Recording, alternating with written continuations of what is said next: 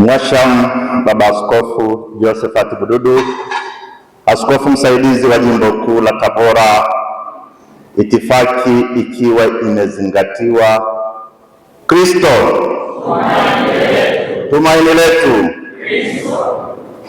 Mimi naomba nisiongee mengi, nisirudie ambayo yameshasemwa. Niishie kwa hayo ambayo malizia nayo Baba Faustin Rwechungura aliyowaomba na akaniombea. Amewaomba mnipe ushirikiano kama mliompa na akaniombea utume mwema.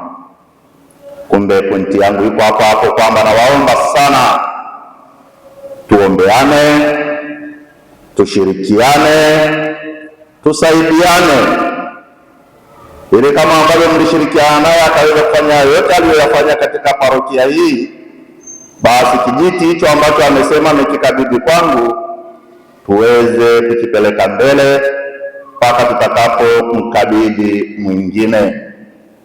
Amesema vizuri sana kwamba sisi wachungaji tunapita.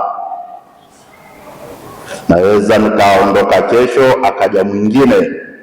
Kumbe naomba sana tushirikiane, tuombeane, ili kila mmoja wetu aweze kufanya kazi yake na kutimiza wajibu wake. Ninyi kama walei muweze kufanya kazi zenu kama walei na kutimiza wajibu zenu kama walei, na mimi kama padre niweze kufanya kazi yangu kama padre na kutimiza wajibu wangu kama padre.